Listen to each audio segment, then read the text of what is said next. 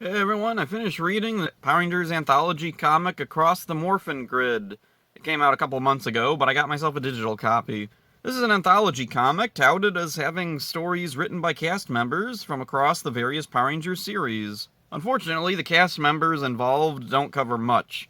We have David Yost from Mighty Morphin, Steve Cardenas, also Mighty Morphin, and Walter Jones, who's from Mighty Morphin. Not off to a promising start. The other two cast members are Nakia Baris from Zeo and Megan Camarina from Hyperforce. I was a bit disappointed in the lack of variety, but maybe their stories at least will be wildly different. First up is Yost's story, Billy's Metamorphosis. Billy and an alien named Franklin are transporting the power eggs through space to the Morphin Masters. Who's Franklin? I guess it doesn't matter, he gets killed off almost immediately by whoever was chasing Billy trying to get the power eggs. Which Morphin Masters? The old beardy guys? The weird night aliens from Dino Fury? Or the comics Morphin Masters? The artwork in this comic is so stylized, Billy is barely recognizable. He looks more like Milo Thatch from the Disney movie Atlantis. He's even wearing Milo's colors. Billy pulls out a photo of him and his friends, and we can see they're all drawn in the style that the Boom comics usually use. This is a consistent problem. Even comics completely separate from the Boom continuity insist on using these character designs. Is there a rule or something at Boom that says the artists have to use those designs and those designs only? Early on, we had annuals that seemed to be able to use other looks. One of them was even weirdly in the Boom continuity, but clearly used the live-action actors for reference. And then there was that Power Rangers The Return comic that seems to be an odd exception. Anyway, Billy is being pursued by legless, gray, blue guys with black robes and headdresses and mummy arms. No idea who these fellas are. Billy is visited by a being named Adriel, who tells him to follow. Billy hears his teammates' voices, and Adriel tells him it's because of the eggs. They contain the universe, and all in it. All life is born from them. Alrighty then. Kinda weird, they just got tossed in the ocean to be watched over by ancestors. The Morphin Masters were kinda reckless back then, huh? Also weird, we don't ever get to see these all-important MacGuffins clearly. I think one of the eggs is in a backpack Billy has, but I honestly don't know. If that is an egg, where are the other ones? Is it the only one? Why does everyone refer to them as plural, then? Adriel opens a portal to the center of the universe, and Billy leaps in. We then jump to 3 days later in a Universal Galactic Federation hospital. The 3 days later caption is written in the font from Ranger Academy, so I feel I have to question what the significance of 3 days is. Billy is contacted by Tommy, who he has to call by name, because otherwise the reader wouldn't know who it is, honestly. Look at this!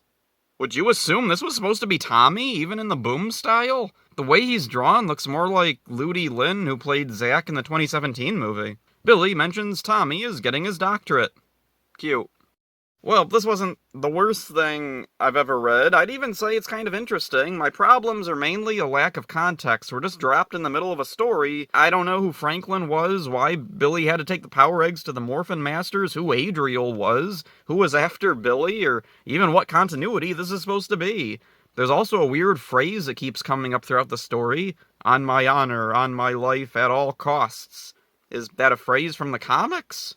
I know it's not from the show. So yeah, this one was acceptable. Definitely some odd choices made all around, but a unique start. Kinda weird Cestria doesn't get a mention. Isn't she Billy's wife at this point in time? Okay, next up is Tanya's Heavy Metal Rescue. We start in the future, or the present, or whatever. Tanya now has her own recording studio. She gets a call from Adam and Aisha on the SPA ship from Once and Always. The comic has to have Adam's name appear on the phone, and also have Tanya say their names, because like Tommy last story, look at this. I guess it's just this particular artist's style. Everyone kinda looks like they're made of wobbly jello and have flabby faces. Tanya morphs and goes to the SPA ship. She finds several people dead or wounded, and Aisha. She tells Tanya Prince Gasket wants the Zeo crystal and he kidnapped Adam. Alpha 6 takes care of Aisha while Tanya goes to rescue Adam. Gasket, meanwhile, has strapped a brain-scanning device to Adam, hoping it will reveal the location of the Zeo crystal. We see screens light up and display Adam's memories, including one odd memory that shouldn't be. His memories are all about Tanya, coincidentally, except one. The other memory is that time he told Dulcia he was bummed because he had frog powers. Wait, what? So this comic is in the 1995 movies continuity, not the show? Dulcia possibly doesn't even exist in the show. Adam got his frog powers from Ninjor in the show. Ninjor and Dulcia are pretty far off from each other, so I guess the movie timeline stuck close to the shows? The Rangers got the Zeo Crystal, Prince Gasket was a bad guy, and Tanya took Aisha's place at some point. Alpha 6 is here, so what happened to Alpha 5 and Zordon? Aisha and Adam eventually went to the SPA's ship, so did once and always happen in the movie's timeline? Back to the story, Alpha 6 turns the gravity on the ship on and off, confusing Gasket and giving Tanya the chance to sneak in. Gasket refers to himself as a king, and that made me wonder something.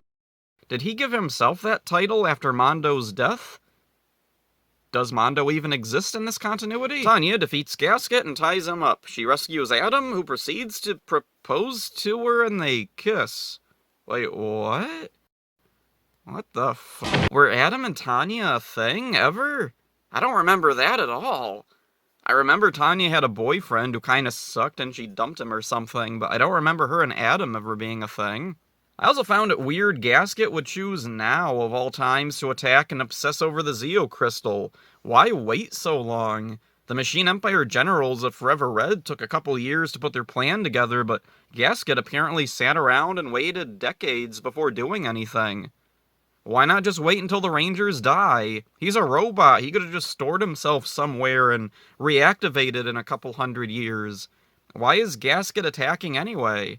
He didn't seem to care about conquest or power after King Mondo died.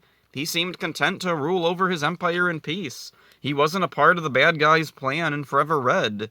If he had wanted power, wouldn't he have been there to help them? Of course, all this weirdness could be hand-waved away by saying it's in the movie continuity, so we don't know the full story.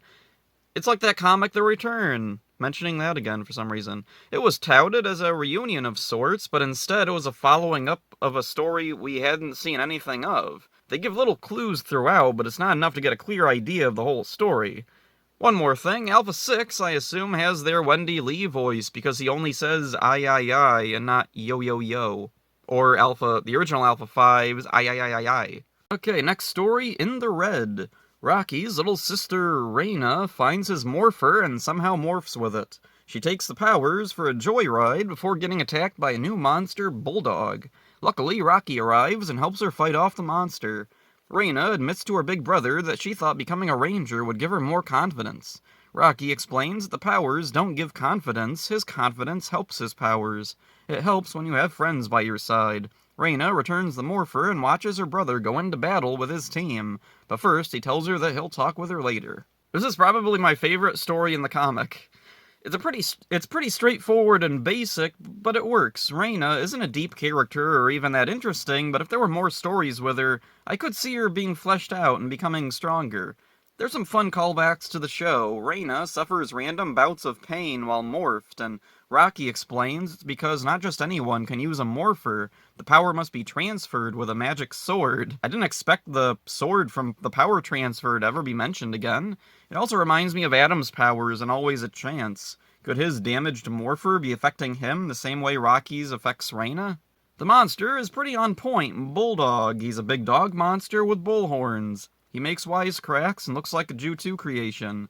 Tommy is the White Ranger in this comic, giving us some idea of when it takes place. Zed is mentioned, but not Rita, so I'm going to guess this takes place before Rita's permanent return. Rocky is the only Ranger we see unmorphed, and his likeness to Steve Cardenas isn't that close, but it's fine. It doesn't not look like him. So next up, An Apple a Day. Zack gets jumped by a bunch of kids for some reason. Once he shows off some martial arts, they back off and even invite him to hang out with them. Zack's communicator beeps, and he joins his team fighting an apple monster. He defeats it with his power axe's Cosmic Cannon mode. The next day, he sees one of the kids from before helping a girl get her kite out of a tree. The end. Yes, really. This is definitely my least favorite story here. It's a stretch to even call it a story. I guess it does fit right in with early Mighty Morphin plots. There's a non-conflict with a ranger and a kid, in this case a couple kids, a completely separate, unrelated monster fight, and a resolution to whatever the vague non-conflict with the kid was. So great job, absolutely nailing the tone of early Mighty Morphin. Not sure why that's something anyone would want to emulate, but there it is. Zack is drawn like his Boom Comics counterpart, though his height seems to vary. I thought when I first flipped through this comic that he was supposed to be flashing back to his childhood. A big missed opportunity was Zack's hip hop keto. I think he should have shown off his personal style, and that's what he bonds with the kids over. Maybe these kids could have been his class from Itsy Bitsy Spider. The apple monster, Bob, yes, Bob, is a cool looking monster, but not terribly interesting. He has the ability to disappear at will and has a bazooka that fires explosive apples. Neither of these powers are much of a challenge. Yeah, this one's pretty weak. Even with the negatives of the previous stories, they provided a lot more to think about and speculate on. They had interesting settings and situations. This one is just bare bones. Maybe we could have seen the Rangers at the juice bar and had Ernie or something. That might have helped push it a little bit. Last up, the Hyperforce story, Chloe's Chaos Kitchen. I'm not that familiar with Hyperforce. With how restrained Boom is with representation of seasons outside Mighty Morphin, I'm surprised they consistently show so much love to Hyperforce of all things. Hyperforce is definitely the most niche series the franchise has to offer. For the few that aren't aware, Hyperforce is a Power Rangers themed tabletop RPG show. Its episodes average 2.5 hours. There's very little visuals from what I've seen, leaving nearly everything described to your imagination. It has its fans, and I think nearly every fan must work at Boom Studios. Chloe, the Pink Ranger, has a cooking show. She tells a fellow Ranger, Vesper, that she's making Candy-Ritos. Now this may seem silly, but as a Power Ranger fan, reading a Power Rangers comic, I did not first associate Candy-Ritos with burritos. I first thought they'd be making little candy sculptures of Rito Revolto. Just to be clear, a Candy-Rito is not in any way associated with Rito Revolto, it's just a burrito made of candy.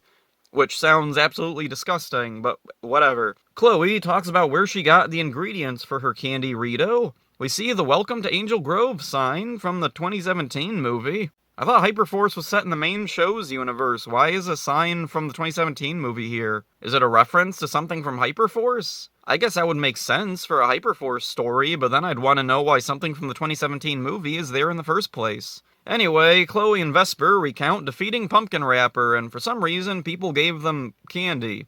In the present, they make their Candy-Ritos, but the Black and Gold Alpha comes in and insists they have too much sugar. Chloe and Vesper eat them anyway, and sugar crash. Chloe's little gigapet thing says goodbye. Maybe this is a brilliant comic when you're aware of the context, but I'll still nitpick it. At the beginning, Vesper doesn't know what a Candy-Rito is, but then asks Chloe where she got the luxurious ingredients. Why would Vesper assume what kind of ingredients are going to be used for something she doesn't know anything about?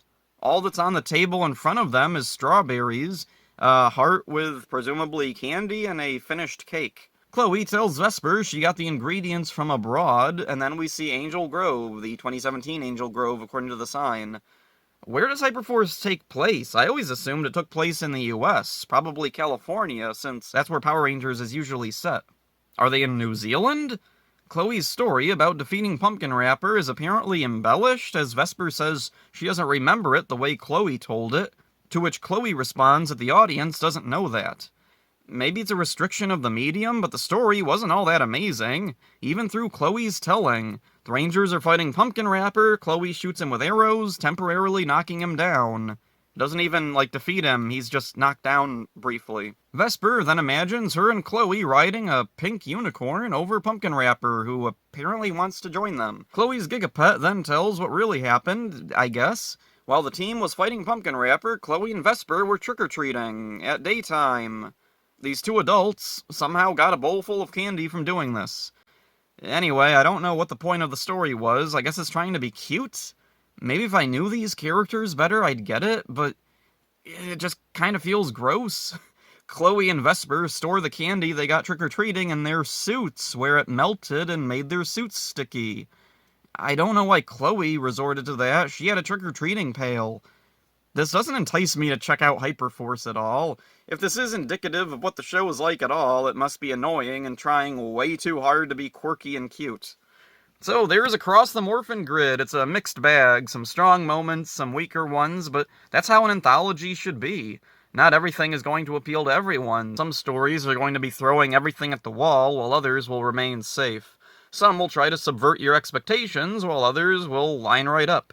My favorite story was definitely In the Red. Nothing amazing, but a decent, charming little story. My least favorite was definitely An Apple a Day. The Hyperforce story was confusing and bizarre, but stuff happened, even if it was all nonsense. An Apple a Day feels like what Hasbro wishes the show could have just been like forever. The other three stories are all wildly different. Billy on a cosmic adventure, Tanya in a battle to rescue Adam, and the strange wonderland of whatever Hyperforce's story was. Despite not liking most of this comic, I want more like it. The only reason I wouldn't recommend this is because it's an exception to the norm. Boom's other Power Rangers comics aren't anthologies. They're narrative-driven and focus almost entirely on their own interpretations of the characters, mostly Mighty Morphin. I still hope that one day we could get a proper Star Wars Tales-style anthology comic for Power Rangers. I think this comic provides a glimpse into what that could potentially look like. So that's it for this one. Hope you enjoyed it. See ya. See you in the comments.